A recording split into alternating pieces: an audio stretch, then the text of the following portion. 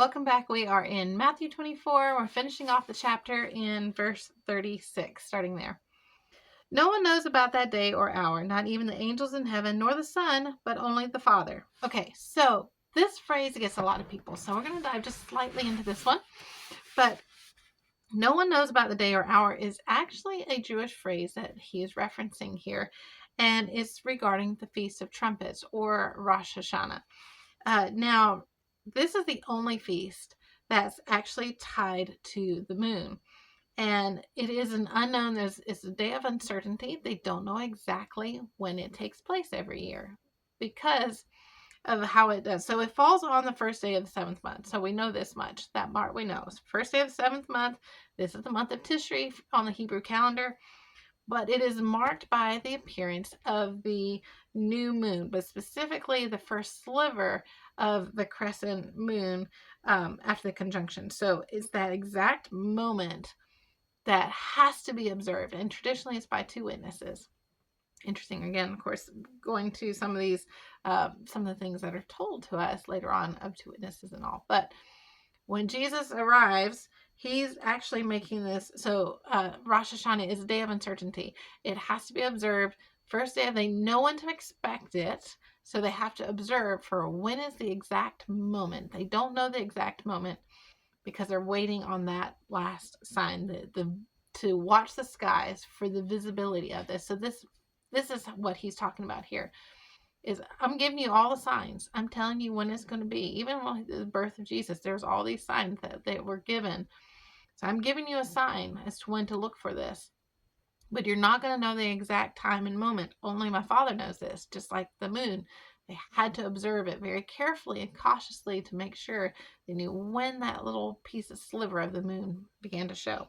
So that's the reference he's giving here. And we know that Jesus fulfilled a lot of the feasts in different times because of when Jesus was born and died and all these.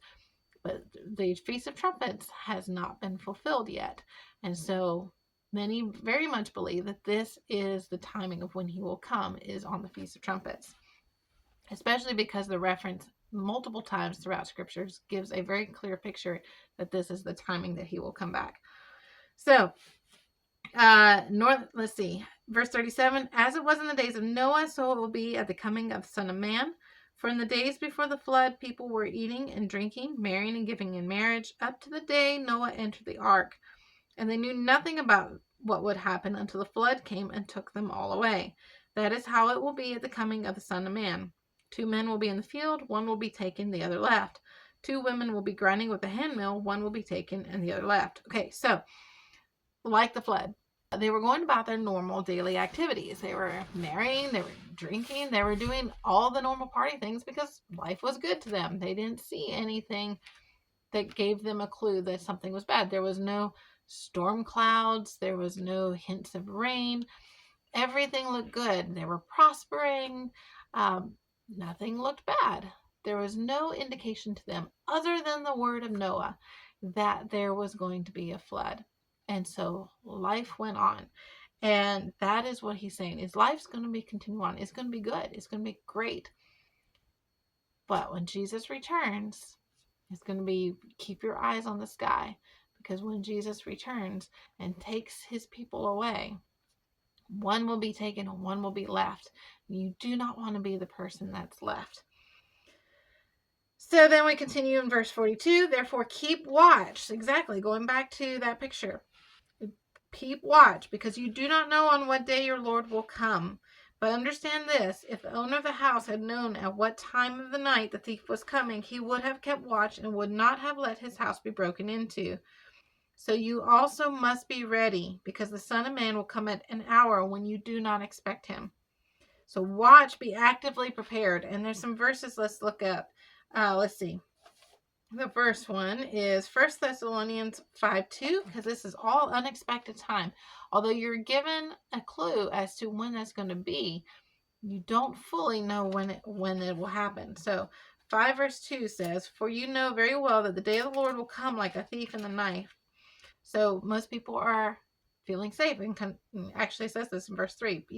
While people are saying peace and safety, So they think time is good. Everything's great. There's peace and there's safety now.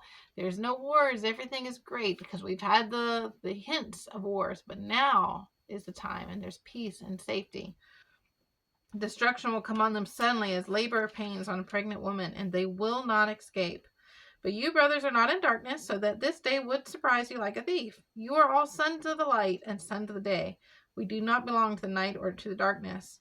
So then let us not be like others who are asleep, but let us be alert and self-controlled. So these watchers that have to watch the moon, everyone else is asleep, but you have the two watchers. So as soon as it starts, it's announced with a shofar, with a trumpet, which we know when Jesus returns, there will be a trumpet that sounded. So and then it continues on in 1 Thessalonians 5. Then there's also 2 Peter 3:10. Let's look at that one. 2 Peter 3:10 says, "But the day of the Lord will come like a thief. The heavens will disappear with a roar. The elements will be destroyed by fire, and the earth and everything in it will be laid bare." So again, he will come like a thief in the night. Those that know that there's going to be a thief, that there is going to be something that takes place that night, they will be watching. But those who are asleep will be clueless and they will be taken in. Then Revelation 3:3. Again, another reference here. Remember, therefore, what you have received and heard. Obey it and repent. But if you do not wake up, I will come like a thief, and you will not know at what time I will come to you. And then also Revelation 16:15.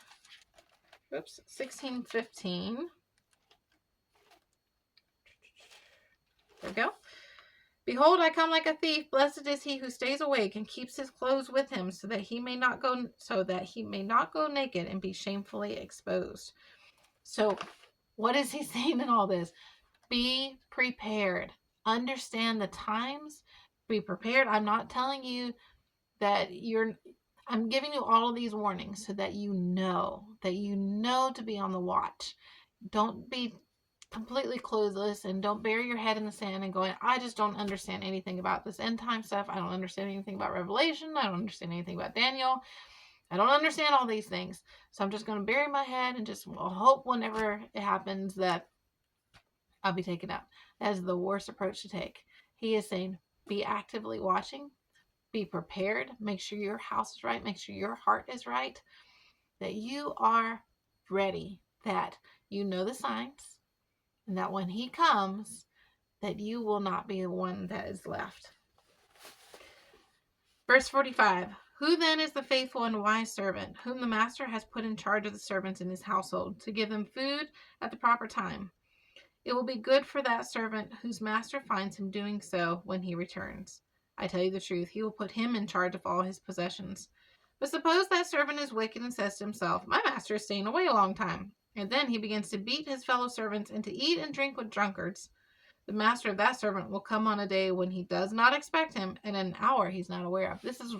Think about when a owner or operator of a restaurant wants to catch his people off guard, his crew, to make sure that the best way to know if they're doing what they're supposed to do is to do surprise inspections or to just pop in unannounced, where you're not given a heads up that they're coming.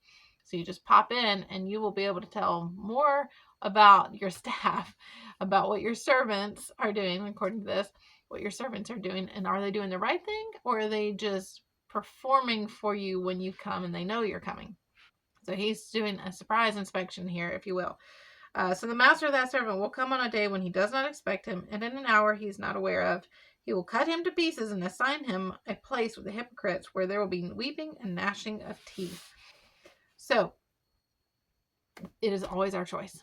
He does not wish that any man should perish. He says this so clearly over and over in Scripture. He will do everything possible to keep us from perishing. He will save us, as we've talked about in all these passages, in all these teachings that Jesus has done. He doesn't want anyone to be tossed out. That's why he kept the wheat and the tares together to grow up, because he did not want to lose one single chance of saving someone. So he gives all the warnings. He's saying, be prepared. When you see the signs of war, when you see all these birth pains, when you see these awful things that are taking place, those are just precursors. There's the things that will come And then there's going to be a time of peace and safety where everything looks great. Everything is wonderful. And it seems like you've passed the horror. And it's when it's unexpected that Jesus will come. And then you have the rest of the story that we see that unfolds in Revelation, which we get to at some point when John speaks. But again, for that, if you really want to get deep, and I encourage you to get a little to understand the times, we're in that time. We're getting so close to the time of Jesus' return.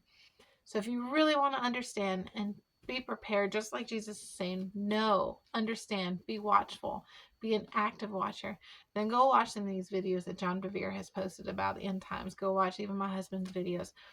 All of these are helping you know and understand the times. So we are going to be picking up next week. In Matthew 25, he gives a little bit more parables because this is the final discourse of Jesus. So we hold on to every little moment as he's preparing us for where we are now and to make sure that we are not left, because that is God's heart.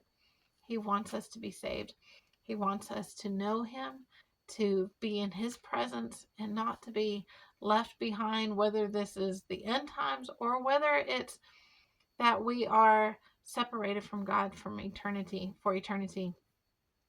before the rapture and just die natural death. He does not wish that we leave without him and be thrown into a place where there's weeping and gnashing of teeth, where loneliness is beyond any comprehension that we have here, and pain continues and there's no end to it. He does not wish that for us.